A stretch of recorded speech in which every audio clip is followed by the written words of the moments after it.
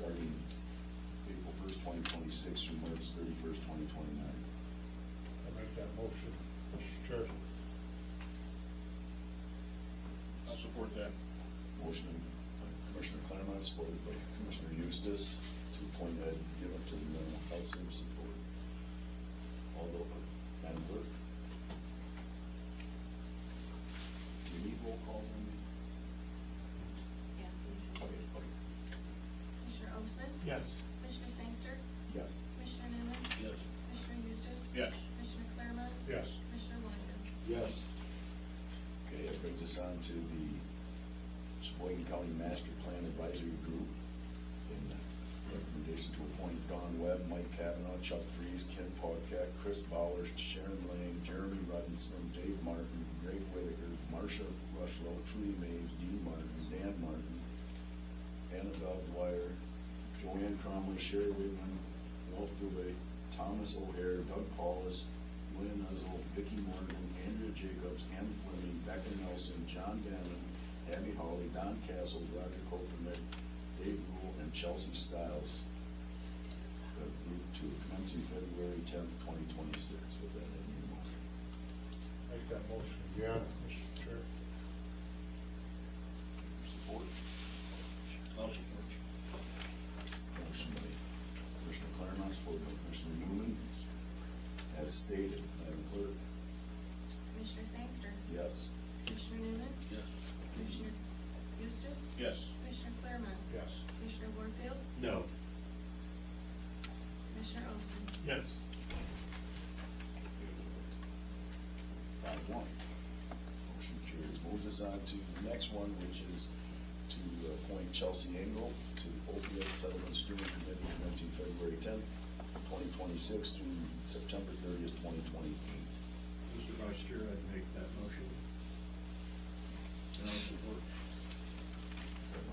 Motion from Commissioner Warfield, supported by Commissioner Newman, to appoint Chelsea Engel to the Opioid Settlement Steering Committee. Madam Clerk? Commissioner Eustace? Yes. Commissioner Claremont? Yes. Commissioner Warfield? Yes. Commissioner Ostman? Yes. Commissioner Sangster? Yes. Commissioner Newman? Yes. Okay, that brings us on to reappoint Alice Mushlock to the Cheboygan County Tax Allocation Board for a 1-year term, April 1st, 2026 through March 31st, 2027. I'll make that motion to appoint Alice. I'll support. We have a motion by Commissioner Eustace, supported by Commissioner Ostman, to appoint Alice Mushlock to the Cheboygan County Tax Allocation Board. Madam Clerk? Commissioner Claremont? Yes. Commissioner Warfield? Yes. Commissioner Eustace? Yes. Commissioner Newman? Yes. Commissioner Sangster? Yes. Commissioner Ostman? Yes. Bring us on to the last one here. It's to appoint Linda Rogers to Cheboygan County Zoning Board of Appeals commencing February 10th, 2026 to fill a vacancy through December 31st, 2028. I'll make that motion to appoint Linda Rogers to the zoning board of appeals. I'll support. Motion by Commissioner Eustace, supported by Commissioner Newman, to appoint Linda Rogers Cheboygan County Zoning Board of Appeals. Madam Clerk? Commissioner Ostman? Yes. Commissioner Sangster? Yes. Commissioner Newman? Yes. Commissioner Eustace? Yes. Commissioner Claremont? Yes. Commissioner Warfield? Yes. Okay, takes care of that. No old business on the new business. 12A, that should be page 74 in your packet. Sorry. He's gonna get wedged up. Hi, Rebecca Sherman, House Street, usual ride. So the fiscal year 27 annual application was submitted allows Cheboygan County Streets Regional Ride to access the state and federal funding. If you can find your resolution of intent, we have MDOT approved eligible expenses budgeted for this fiscal year 27 of $1,447,865. And it's from that number that we can pull our state and federal percentages off of. So for federal funding, they're allowing us 18% of those eligible expenses, with a potential of $260,616. Another revenue from state funds, which is at 33.18%, could give us is $480,407. Our estimated fare box is $100,000, leaving us a balance of $606,842. That would be paid for with other revenue streams that we have coming in, and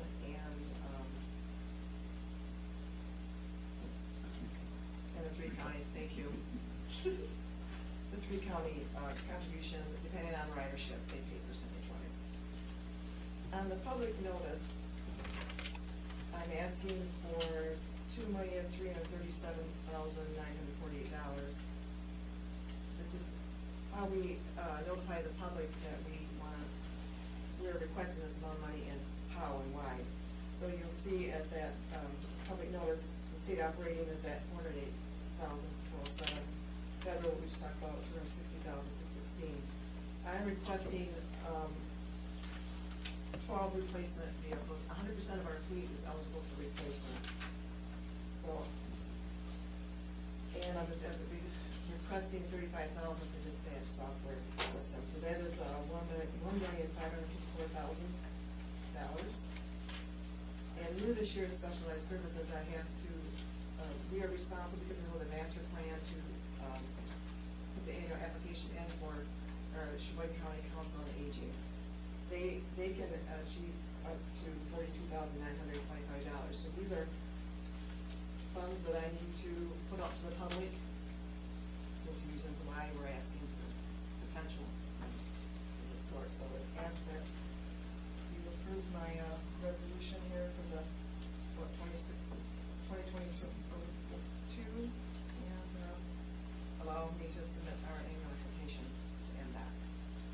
So as it is before there, we'll need a motion for FY 2027 MDOT annual application, resolution 2026-02. I'll make that motion.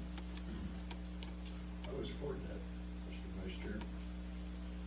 Motion and support. Madam Clerk? Commissioner Newman? Yes. Commissioner Eustace? Yes. Commissioner Claremont? Yes. Commissioner Ostman? Yes. Commissioner Warfield? Yes. Commissioner Sangster? Yes.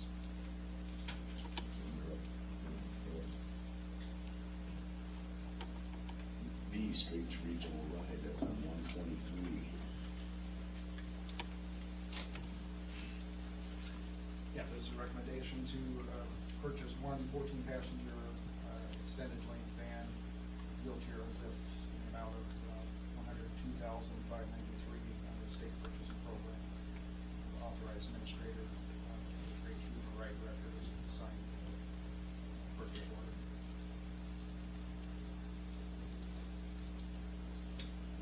These are funds, grant funds provided by state and federal. Motion. I'll make that motion, Mr. Minister. I'll support. We have motion and support, Madam Clerk? Commissioner Sangster? Yes. Commissioner Newman? Yes. Commissioner Eustace? Yes. Commissioner Warfield? Yes. Commissioner Ostman? Yes. Commissioner Claremont? Yes. Okay, that brings us on to 12C. Sheriff. If you have any questions, but I think it was explained in the request there, the blue sheet.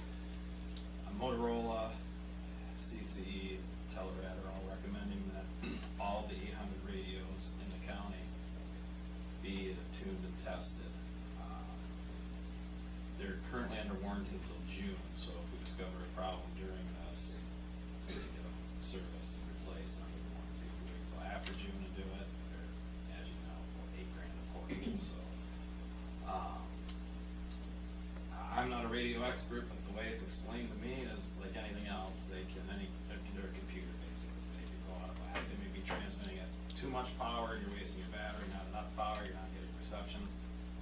And we've had, personally at my office, we've had 4 of them that had to be sent in to Motorola and repaired or replaced, all portables. We haven't had any problem with the mobiles in the car, but this request is for every 800 radio in the county, not just the sheriff's departments. We're gonna do all the fire departments and all the EMS units. So, Mr. Vice Chair, is this something, Jeff, that we covered under the village. Yeah, we're using 911 village funds. Yes, sir. As part of our radio support for emergency services in the county. There is one unit that did pre-testing. Yeah, so Inverness Township, this was recommended, a couple months ago, and it took us this long to get the ball rolling. Inverness Township went ahead and did theirs already, so I think their bill was about $800 and something. So I was gonna get with you guys, Jeff and Sue, and hopefully we'll be able to reimburse them for the money they already spent for what we're doing for everybody else. Yeah, I would ask Inverness to send us a bill to the county, and then we would pay that out of the same fund, so all of us were basically treated the same. So as Sheriff's indicated, he's met with Motorola. This is our chance before the warranties expire to catch any problems. This will set us up well for the next few years. Our target replacement for law enforcement is 2029 for 800 radios, and we have to sync that up with 911 on encryption. And so that's our target for replacements. So this is just kind of the checkup for the radios right now. Yeah. Get us out a few more years, and then we'll use village funds in 2029 to replace law enforcement first, and then we'll talk with the fire departments on their needs. They don't need encryption, but those radios will be coming up in 8 years to 9 or 10 years, which is our kind of general target. So we're set up well to be able to handle that for the units across the county here. Make And that we're- motion then, Mr. Vice Chair, to approve the $15,000 requested to do the radio updates, testing, and tuning. I would support that, sir. Motion by Commissioner Claremont, supported by Commissioner Warfield. Do you want any discussion? No, I just wanted to mention, it is substantially cheaper the way we're doing it based on the other two counties. They're all doing it on their own. This fire department calls and has it done, this fire department calls and has it done, because that doesn't make sense. Let's organize it, take a couple days, have the technicians come here and do all the radios at once, so. That, Madam Clerk? Commissioner Ostman? Yes. Commissioner Sangster? Yes. Commissioner Newman? Yes. Commissioner Eustace? Yes. Commissioner Warfield? Yes. Commissioner Claremont? Yes. Thank you. Take us on to D, MERS application. We have a service credit purchase request. Recommendations, motion to approve the application resolution 2601, authorizing additional service credit purchase by Mr. Fairchild, which is 5 years of service credit under the county's MERS P4 defined benefit plan. The employee will pay $66,472 to purchase those years, and authorize the chair to sign whatever information. I'll make that motion. I'll support it. Motion supported by Commissioner Ostman. Any discussion? Madam Clerk? Commissioner Newman? Yes. Commissioner Eustace? Yes. Commissioner Claremont? Yes. Commissioner Warfield? Yes. Commissioner Ostman? Yes. Commissioner Sangster? Yes. Okay, brings us on to E, letter of interest. This is a grant that was awarded to Mount Morenci County in the amount of $200,000.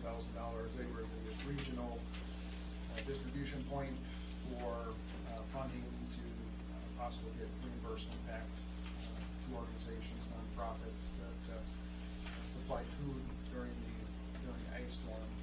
So we're just getting information on this, but in order to be eligible for any reimbursement within the county, the board has to approve the letter of intent.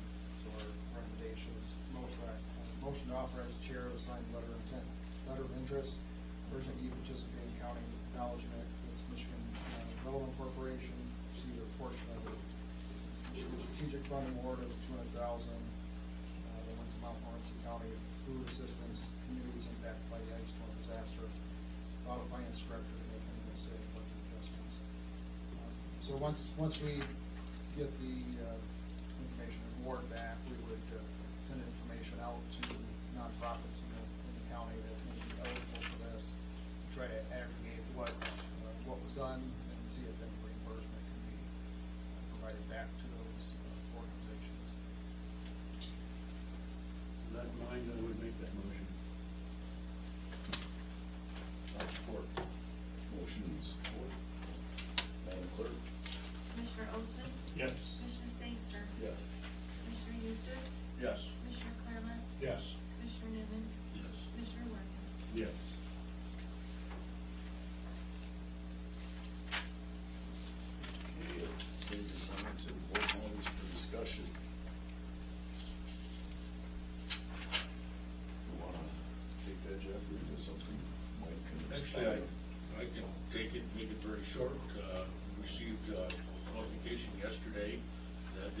Board of Health had received 2 grants for about $250,000. So they're withdrawing their request for the rent request and also the additional 5% covered. All good stuff. They're really hard at it there. I knew you'd like that one, Jeff. So. Well, it saved us for some discussion we didn't have. Yeah, everyone has to have. If I could pile on that, Mr. Vice Chair, I attended the meeting with Commissioner Newman, and I do want to share with you that District 4 Health Department did make some, what they consider substantial, I might not, but reductions in staff to make up for some of the financial shortfall. It's great news that we've received these grants to move forward. They did make some, again, what they would consider major reductions in staff. I will insist that those reductions stay in place and actually encourage the board to look further in reducing redundancy in regard to staff levels. But yeah, it was great news, wasn't it, Mike? Yes, it was. Very good group of people there. We have a new director and a new finance director that I have a good deal of confidence in, and I believe Mr. Newman shares that as well. So it's all good news for the moment. They're not gonna be in the same position when the grant runs out. That's our job, is it not, Usually Mike? To make sure that. Once they get in the I guess the realm of those grants, on an annual basis, they'll reapply, and so I really feel confident that, they know that there's a need there. There was, some real issues, with the past administration there that got us into a real dilemma, and I think the state's recognizing that we need, and we're worth the effort to put the funds forward. So, one of the grants was actually an anonymous grant. Never know how that's gonna go. But again, we'll just have to take it 1 year at a time. But I'm more than confident in the staff that we have on hand now, especially I want to give kudos to the finance director that we have there. She's very, very up to date with all the needs that District 4 Health has and how to approach the state and local governments for funding of that. So. That is good news. Okay, well, that brings us down to item 14. Can I bring up something, Rich? What was Board your- management discussion. If you want to go ahead and work on the Okay, please. Yeah, those are- That okay? Yeah, so that'll bring us on to 14, which is citizens' comments. Again, if anyone would like to speak to the board here, you may do so. You have 3 minutes. State your name. Good morning, my name is Allison Studer. I'd like to thank you for the moratorium you did on the wind, solar, and data centers. But I also want to talk about some of the downstate board members are signing non-disclosure agreements with these companies, and I don't think as elected public officials that's appropriate. It should all be transparent. And here's the fact, that these big companies are having public officials do non-disclosure agreements, they're hiding something from the public. So they're basically hiding it from you too. And some food for thought, that maybe on these big industry things and stuff coming in, maybe the county should vote on it, the citizens vote on it, and not just board members. So that way we can get what the public actually wants. Thank you.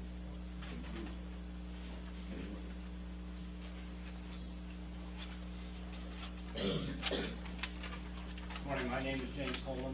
I'm a resident of Grand Township, live on the north end of Blackway. And I'm just gonna bring up something,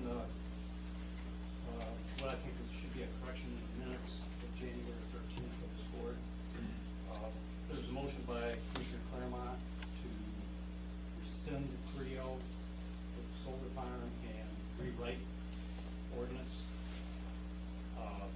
But I think also in that motion was the fact that there should have been there was going to be a moratorium, and also the fact that it was in the Lake Streams District. I don't see that in your minutes in any way. So I just think that should be corrected so that the planning commission knows what this board is directing them to do. It was a very contentious meeting.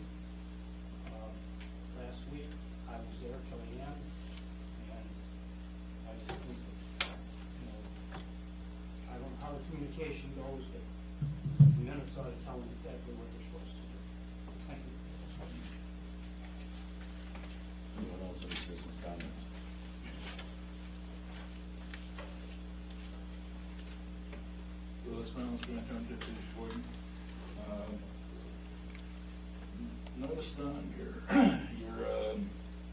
your bills here, wonder who the county's travel agent is. Because Amway Grand Plaza Hotel has a code of CF, wherever that is. Convention rooms, 15 rooms, 3 nights, $7,761.60. I'd like to know who the travel agency is for Cook County, because I can surely get you guys a better rates anywhere else in the, you guys want to do it. Not a good use of our money here, but they're going to those higher end hotels. You should be using hotels that are more economically advantageous for the county. Second thing is since we're on this thing with grants, I would strongly suggest our county, because we are a member of NEMCOG, again, I bring up the fact that NEMCOG can write up a grant to get potentially $5 billion for transportation funding to bring the passenger rail system up from Flint to Mackinac City, Grand Rapids to Mackinac City, East Lansing to Mackinac City, and the Upper Peninsula. That would bring the Amtrak train up here would bring up at least 300 people on each train. That would be economic development for this county. We did pass a resolution on that for the support for Amtrak service. So I think we do need, as a member county, to NEMCOG, you get them to shake their tails and shake their hands and get this the grant application in to the U.S. Department of Transportation, because it is $5 billion that could be going to Illinois, North Carolina, Virginia, Texas. They are expanding their rail systems, and Michigan and Wisconsin, shake your tails here and get this money before they do.